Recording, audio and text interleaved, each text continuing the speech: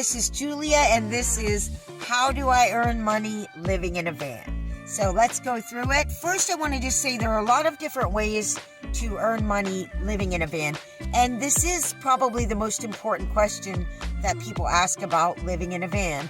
And I do suggest that you figure this out before going to move into a van. This video is going to be about how I earn money living in a van. Many people work online living in a van, and that's how they do it, including YouTube channels. If you can get your channel to grow and be successful, you can earn money that way. Even like a smaller channel, like 25,000 subscribers type channel like Donna Van Life, not including ad revenue, memberships, sponsorships, Amazon affiliate links. Just from her Patreon alone, for example, she earns over $700 a month just from that alone. That can be a good source of income. I'm obviously trying to grow my own so that I can increase that income stream. The other thing you can do is live in a van and then keep your job somewhere. Then you don't have rent and you're working full-time, or maybe even a couple of part-time jobs. You're going to be able to keep a lot of that money, but you're going to have to stay in one location. Or you can have different kinds of jobs in the parks or on the farms and all of these different ways that we know that people earn money in a van. So how do I earn money in a van? Well, it's kind of a trick. I don't really do it in the van. I'm a maker of clothing. I upcycle clothing. I make crochet hats. Sometimes I make driftwood jewelry. Most of that I don't do in the van. So what I do is I rent a space to work. So instead of renting a place to live and then going to work, I rent a place to work and then go live in my van. And it's much cheaper that way. And that works for me. So there are a lot of pros and cons to this. One of the best aspects of renting like a temporary little studio to work in is that I carry a lot of crafting and sewing supplies in my van when I don't have a space to work. And so having a space suddenly opens up my van a lot more to make it much more comfortable to live in, because all of that stuff is now in my studio.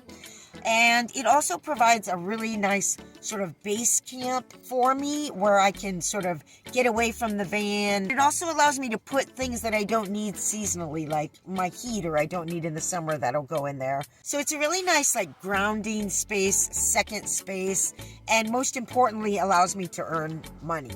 One of the cons is that when you're renting a place, you kind of have to stay in one area to do that. So you're not going to be nomadically, traveling around a lot. On the other hand, because it is a temporary place to rent, it actually works very well with a nomadic and mobile lifestyle, because I can work for 6 months or whatever and work really hard and build up the inventory in my store and then take off on trips and then find another place to rent. On the other hand, another con related to that is that my income, for example, has been unsteady because whenever I'm not renting a place to sew, I'm not working as much as I could. So it does go up and down a bit. And I will say that this format of being what I used to call the nomadic crafter, of renting these temporary places in different places, doesn't always work out. Sometimes it's very hard to find a place, or it's very expensive, such as in San Diego. The only place I could find was my mechanic's extra office, and sewed in there for a year, which I really needed to catch up because I had sewn on the East Coast and then I crossed the country and spent all of my money moving back to California, and then needed a place to sew, and it was really hard because it was in Southern California where it's really expensive. So that can be tricky. Also, I have a dog, so it is difficult to find a place to rent with a dog. And my current studio right now, I actually am not allowed to have my dog in there. So I often work at night where, we do all our running around and everything during the day. And then at night when it's cooler and less busy, she just chills out in the van and I go get whatever work done that I can. The fact that my dog is not in my sewing space is actually good because there's a lot of fur involved with my dog. And so I'm happy to not have the fur on any of my work. And I've sewn in a lot of different places over the years. A campground, I've sewn in motels. I even sewed in a storage unit at one point that had an electrical hookup. As long as I can keep sewing on a periodic basis, I'm doing okay. And as many of you know, I've expressed my desire to get a larger vehicle, a school bus, in order to be able to sew anytime I want in my vehicle. The clincher there is it takes a lot of power, at least 2,000 watt inverter, and this is not to run the sewing machine but to run the iron. I do a lot of patchwork, and that's a lot of seams that need to be pressed with the iron, so it's pretty difficult to have a sewing operation without having the iron. This idea of getting a larger vehicle that I can sew in on a regular basis is my ultimate goal. The other thing that my studio allows me to do is all of the other things that are included in my job of sewing and reselling. Everything from doing laundry, and I do have laundry service there, to doing photographs of my pieces, which can be hard just in a van and outdoors. You're like finding trees to hang your clothes on, trying to take photographs of them, and the wind's blowing and doggies are coming by, and it can be really difficult to do photography outside. And then of course shipping, all of these things when they're sold need to be shipped, so it allows me to do that in there as well. So the other element to my sewing and crafting and selling and living in a van is that I sell online like 95% of the time. So I'm not having to like run around, arrange craft fairs, or bring everything in the van and haul it somewhere and set it all up and break it all down and bring it back. I just sell everything online. I can do that anywhere, and I can ship from anywhere. So in the rest of this video, what I'm going to show you now are just clips from my work life, both the thrifting stuff and one of the biggest pitfalls of thrifting for your business. And I'll share with you some sewing in my sewing studio and then some of my recent creations. And keep in mind, what I'm about to show you is not everything that I do. There's a lot of online work involved, and again, the shipping and photography and all of that stuff. This is the majority of my income, is this work. And I hope that this will inspire you to think of many different ways that you can make van life work for you. This is a little bit of my life and how I earn money living in a van by renting a space outside of the van. Hey everyone, it's Julia. I kind of have a problem. Let me show you. This is the post office I have to go to ship stuff. And across the street is the secondhand store. So that's the problem. Every time I sell something and go to ship, I'm tempted to go to the secondhand store and buy more stuff to make more stuff to sell. And lately I've been buying a lot of things to resell. It's starting to build up and it's freaking me out because I have my studio. What if I don't have my studio at some point and then I have all this stuff to sell that can't fit in the van? I mean, I'd have to get a storage unit at this point. Got this jacket, which is Ellen Tracy. I got these rainbow-sided sweats from H&M, and they're in pretty good condition. Intend to sell those. And this red faux leather jacket, and this 50% recycled wool jacket, which I need to replace the button on, otherwise it's like brand new. And the buttons are there. These old Life magazines. I found this little vintage suitcase for $3. This vintage suitcase for $3. I found this in a trash can. I keep getting more vintage stuff. This little... So I just went to the secondhand store again. Okay, I got another thing to resell on eBay. They're little baby booties. They're brand new from a company called Buckaroo Baby. So adorable. They were $1.99, and when I got several pairs, again to resell, she gave them to me for $1. I got 12 of them. I thought that was a really good deal. I can sell these for maybe $10 a piece or something, even if I got $5 a piece. And they don't take up much space either, so great little find there. So I'll show you real quick what I got today for my sewing projects. I got this awesome denim top.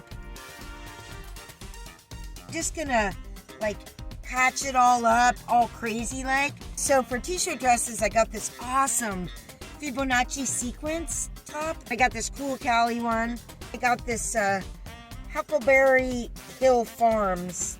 I thought that was pretty cool.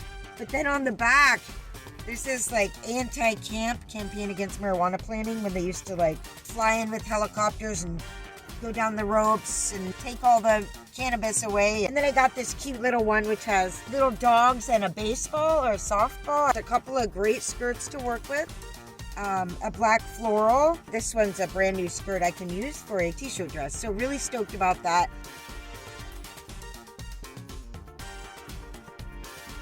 I couldn't help it. Okay, so I have a shoe fetish now. And what happened was I was at a point where I didn't have any shoes that weren't falling apart. And I think now what I'm doing is overcompensating and making sure I have shoes forever. And I do go through shoes really fast with my dog. That's it for these ones. Yeah, I pretty much wore them through. I already glued them once. And then this is just...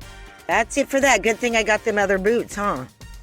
I forgot to show you these ones, which I also got.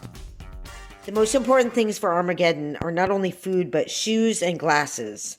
These I got before. They're really great. I thought for sure I could sell them if I didn't keep them. I thought if I buy these, I won't have to get any more boots. This is the end of it. These will actually last, you know? They're like leather with suede. I think they'll last me a long time, and I'm not going to have to get any more boots for a while. Except today I found these. Oh my god. Oh my god. These are Bass, so those are really good, like, serious shoes. I love the design. They are going to last me forever. So what I'm going to do now is not go into a secondhand store for a while. This is supposed to be van life income, and it's like van life expenses, boot expenses. These boots will not all fit in the van. Maybe I should go to a different post office. Hey, here we are in the sewing studio, and I'm about to show you what I've been working on. I have like a container of jeans here to wash, and I'm getting ready to use some of them for fabric and a couple of them to make into new pants. Hey, I'm working on these pants here. I'm totally stoked with them. Of course, I didn't do all this work here. This is how the jeans started, but they were pretty dirty here along the side, so I added these patches, and it was the same at the back. I'm thinking of adding this Buddha somewhere. These are the patches I'm using for my side strips, and I'm using this blue floral fabric with the denim. Once you get the strips together, they'll go in the sides. And it's just got these extra details here, you know, and I'm thinking about putting more details on these after because they're so funky. I like the idea of doing more. So I just finished these. I'm so happy with them. Look at them. They're Buddha pants. Put this Buddha patch on here. And I think the yellow goes really good with the blue. And we put the side strips in there on each side. Put that pretty Indian tapestry one on there. Some there where it was a little bit loose, it felt like. Now I'm gonna take these pants and cut them into patches. So I'm gonna have these nice green patches, burgundy patches, this beautiful mustard color, and gonna go ahead and grab some men's khakis here. A couple of these.